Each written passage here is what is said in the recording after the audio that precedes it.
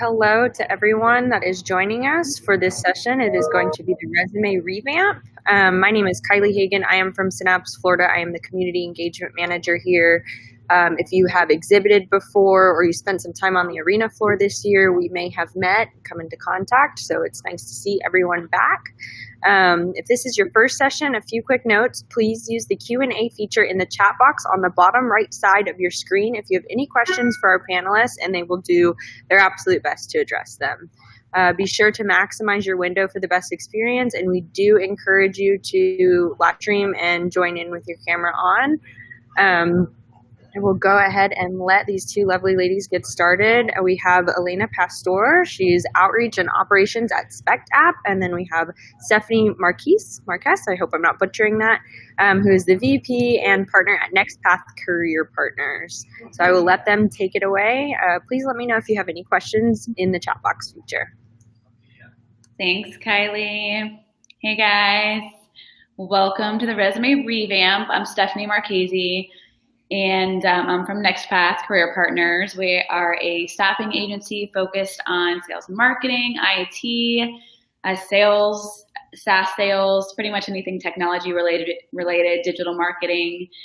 And we work here in the Tampa Bay area. We also have an office in Orlando, but we work nationally as well. I am VP and one of the partners here. So that's a little bit about me. Hi, everyone. My name is Elena Pastori, and I do operations and outreach at Spect App. We are a web-based application. We're in Gainesville, Florida, so right by UF, right by the university, and we are a startup. So Spect was started with the idea to help close the readiness gap between job applicants to have them be fully credentialed and prepared to enter the workforce. So we do mostly work with students. However, we really want to help people be able to articulate their value proposition when they're applying to different jobs and opportunities like that. So first we wanted to start off with some of the basics. And actually before we do that, we were kind of curious on just the kind of the background of the participants here in the chat. If you could just let us know if you're a recent college grad, if you're, been in the workforce for many years, just kind of what your situation is. That way we kind of know who we're talking to and we get to know you a little bit better. So if you just want to shoot a quick note in the chat, that will just help us with any specific areas that we should focus on. That would help. Or if there's like something specific that you wanted to know or wanted to talk about. Right. So first of all, we'll start off with some of the basics, resume basics, something that, should be in every resume. Whether you're applying to jobs, just updating it, it's always good to have an updated resume on file. But some of the basics, I'm going to pull up an example resume as well so y'all can see. And I made it pretty simple just with some of the basic format and, how some of the important things that are on here. So what's important? It's important to have your name, your contact information. I think it's a good idea to have your LinkedIn profile at the top as well. That way the employer can click on that and it will take them to right to your LinkedIn. Also a summary. I think it's good to put a summary up there, highlighting your strong skills, what you're good at, some of the technologies you have experience with, just to kind of highlight that at the top. And then after that, education, any certifications that you have. On this example, it's at the bottom, which is fine as well. But that way, education is very important, certifications, and then any other technical aptitudes that you have is great to put on there. And then following that, professional experience. I think it's very important to put the month and the year. That way, if you just put the year, it's kind of ambiguous. You might have been there December through January. And that way it just gives a better idea on how long you were there. Work history is very important to an employer. And then also one thing that Elena will elaborate on too is your extracurricular activities, volunteer activities, soft skills, I think are great to put on there as well. It shows that you're well-rounded, kind of a little bit more insight on you and who you are, rather than just your professional experience. Also, a question that I get a lot is how long should a resume be? I think in the past, it was traditional that a resume should be 1 page. But I think in today's day and age, especially if you do have a lot of experience, I think 2 to 3 pages is fine. You don't want to leave out any important information that should be on there. I think it's good to go into detail under each opportunity, like in this example, bullet points, and then elaborate on those with, if you're in the technology industry, all the technologies that you've used, any systems, anything like that. What you did, if you're in sales, maybe some of your sales numbers, revenue, awards and achievements that you got, that's all important to put on there. And if you limit it to 1 page, I think you're going to be leaving a lot of information out.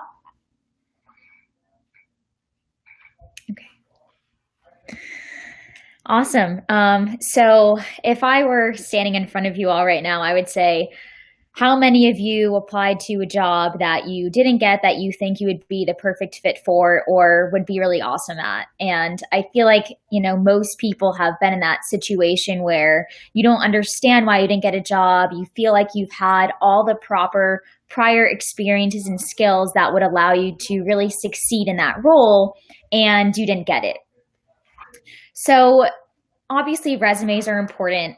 They're a necessary part of articulating who you are, what you've learned, and what you can bring to the table.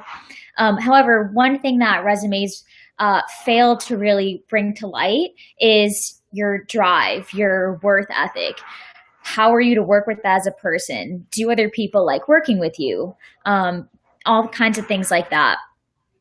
And so at SPECT, those are the types of things that we really focus on, and we help people to articulate and really explain to when they're applying to jobs and things like that. So we kind of call those soft skills. You might have heard them been referred to as 21st century skills or transferable skills or intangible skills. And really, they're not matched with a specific industry or a specific field. You need all types of these skills, no matter what you're doing. I always say, if you have a really great idea or a really great strategy for something, if you can't communicate it and work with other people to make it happen, it's really hard, right? So not only do you need to have the technical capacity to be able to come up with whatever it is you're doing, but you need to be able to work with others to make it happen. So let me pull up a list of, where is it? So if you can all see this on the screen, the 9 skills that, we kind of focus on are listed right here. And so, like I said, work ethic, communication, time management, creativity. And so I feel like the first step of really figuring out what you're good at of these and how to, again, articulate them on your resume is self-awareness. So, obviously you can't be great, perfect 100% at everything on here. So you can kind of look at these as an example and say, okay, what are my strong suits? What are my weaker areas? And maybe for my job specifically, which of these do I actively use on a daily basis? And so self-awareness is definitely the first step. And then kind of thinking about which of these muscles are you using and which do you think you need to use more? And really using these as value points on your resume. So not only can you say, oh, I worked on a team that helped increase revenue by X%, but while working on this team, I really enhanced my communication skills. I was a leader. I was mindful of the other people on the team's strengths, and I was able to fill in the gap where I was needed and I was necessary. And so to me, a lot of the reason that I think why people might have a great resume, might be extremely qualified, might have all the correct credentials, the right degree, the right background and experiences, is this is sort of the missing piece that I think people really need to incorporate into those bullet points on your resume. So, these skills, again, are available across industries, no matter what you're doing. And it'll really help show how any experience you've had in the past does relate to whatever future job you're applying to.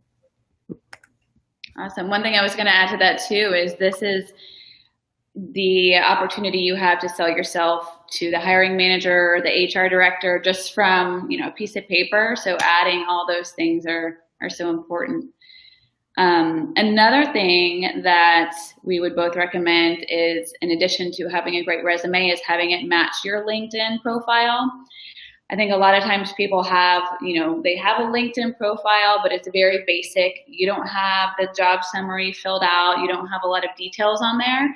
And in today's day and age, that's where companies go first to find candidates for jobs. So definitely have that updated, just like your resume. And if you end a position, make sure you update your end dates on there, get recommendations, get referrals, and all those things it's just like a resume, and it's like a live version that people are checking daily. Another really great tool about LinkedIn, again, I also really see it as a virtual and interactive resume, or I guess two things that I'll mention. One is that I feel like a lot of people don't really utilize the media component of the experiences section on LinkedIn. So you can add videos, you can add photos to it, PDFs, external links to websites. And I utilize that personally for to show team members, to show maybe awards that my team has been selected for, projects that I've worked on, videos, and it really humanizes you and your profile, and it also gives people a little bit more insight into some of the results of the things that you've been a part of. So I think that's a great tool that is underutilized and will make you stand out. And also, if you haven't kind of played around with the filters on LinkedIn, on trying to either find people in an industry that you're maybe applying to get more information about that job, or even reach out to a person that is in the role that you'd like to be in, and even just learning more about the company overall, LinkedIn is a really, really great tool for utilizing the data to find what you're looking for to help you. Definitely. Another thing that I would recommend too is on your resume, having your basic resume with all the details. And if you're applying to specific jobs, you can tailor it a little bit to target that job or that position. And you're being truthful. You never want to be dishonest on a resume. So you never want to put anything on there that you don't have experience or that doesn't reflect you properly, but you can tailor it in a way that highlights those skills that are specific to that job. And that requires, probably 10 minutes of editing just on your basic resume that you already have, just adding in some bullet points, changing some bullet points, or maybe even changing the order that it's in, just to kind of put those skills at the front. So that way the hiring manager will see that, from the get-go. And oftentimes a hiring manager will look at a resume for 10 seconds and make a decision that quickly, whether or not they want to interview you or not. Mm-hmm. So that's important. And I wanted to comment too. Thank you guys for letting us know, who our participants are on the side. I feel like we have a really great diversity here, everywhere from college students all the way up to, 35 years in the industry. So that's awesome. Is there anything specific that you all have questions about for us or on your resume?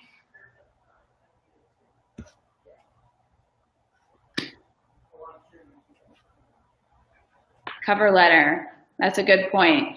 We had actually talked about this, and I think, it depends on who you talk to. I think cover letters are important if you're applying directly to a company and say you don't know anyone there, you don't have any contacts. It's your way to sell yourself. I think that it's important to have it very specific to that role. So not just a generic cover letter, but very specific to that position. Then I think a cover letter is important. If you're working with a staffing agency, like NextPath, then oftentimes we kind of do that cover letter for you, and we sell you by bullet points, by highlighting why you're a good fit for the job. So then sometimes in that case you may not need a cover letter, but I think it's always a good thing to have. And then just using it when needed, but definitely making it personal and making it specific to that job. Elena, you want to add anything on that? I would just say that it's always good to have the opportunity to sell yourself more and provide more reasons why you would be a valuable asset to a company. So I think that any chance that you have to add a document, if it's optional, of course, if we're talking about an optional cover letter, I would say to always do it because there's no reason not to. But again, like Stephanie just said, make sure that you're intentional and that you are making it personal, because no one wants to read something that is generic and is basic and that could describe any person. So you really want to be articulating specific value points about you to make sure that that additional asset is valuable and is adding something important to your resume and to the rest of your application. Another good question, Megan asked, what about the applicant tracking systems? Which is a good point. So oftentimes whenever you are applying, it goes into an applicant tracking system, which is the system that kind of filters your resume through keywords, which is why it's important to kind of tailor and make sure that those words in relation to the job are on there. But then also, I think it's important too not to have too much, craziness going on in the resume, not making it too complicated. I like creating resumes in Word. It's just easier for me. I know some people do it in a PDF format. I like Word. I think it's easy to edit and easy to add things on there. And then just making sure keywords are on there, and then that you don't have any crazy pictures or charts. I think make it a little difficult. Just kind of making it clean and simple, all one font, all one size, your name a little bit bigger. That way it's just clean and easy to read. If you are in the creative field, or you want to kind of show off your creativity and innovation in your resume, and it is something that you want to make kind of colorful but tasteful, I would recommend Canva. If some of you have heard of that, or maybe not. It's a free resource, and they have a premium version as well, but they have templates and they have so many different options and resources. So if you are looking to kind of jazz it up a little bit, if that's what the industry is that you're applying to, then I think that that's a great resource to utilize. Yeah, good point. Like a marketing position, or if you're in a marketing career, you want to be a little bit more creative, or advertising, something like that. Another question is, any recommendations for folks pivoting careers, or any tips to account for changing fields? If you're changing fields and you don't really have any experience in that industry yet, show some accolades and show some of your previous accomplishments and how you got to where you were, and then, why you're looking to make a change. Is it because, you didn't like that position that you were in and you just wanted something different? Is it because you want growth? And that would be a good place in your cover letter, is putting that on there. But at that point, whenever you're changing careers and you're kind of starting from the ground up again, kind of working your resume like almost like an entry-level position, but then still adding all your experience on there, shows your hard work, shows that you worked your way up in a role and you got to where you are, and that you're hard worker and Good job history says a lot too. That's a little And bit this more. sorry. This is also where I really want to harp on what I just spoke about earlier, the soft skills, the intangible skills, everything like that. That, again, has no field. It has no industry. If I can communicate well to you in the technology industry, then I can likely communicate also well in the retail industry, for example.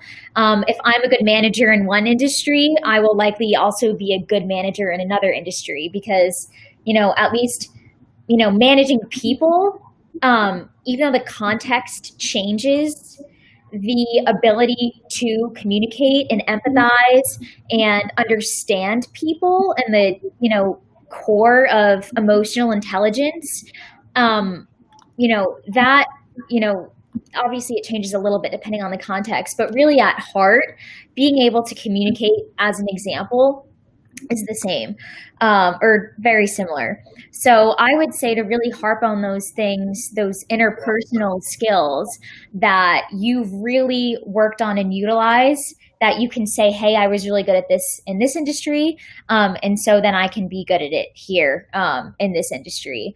And then really, I would say also just showing what you've done to educate yourself and what you've done to learn about whatever field it is that you want to switch to show people that, okay, this person is new to this field, but they've had these interpersonal skills they've learned, and they've learned about the technical part too on their own time.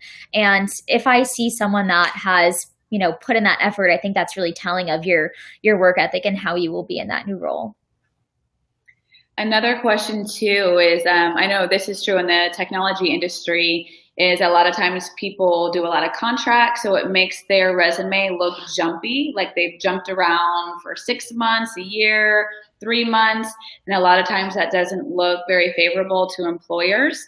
One thing that you could do to help get past that, or even if you have moved around a lot, is put down contracts where it has the dates. That way they know it was a contract position and you weren't just leaving every role as soon as you got started, or put a reason for leaving.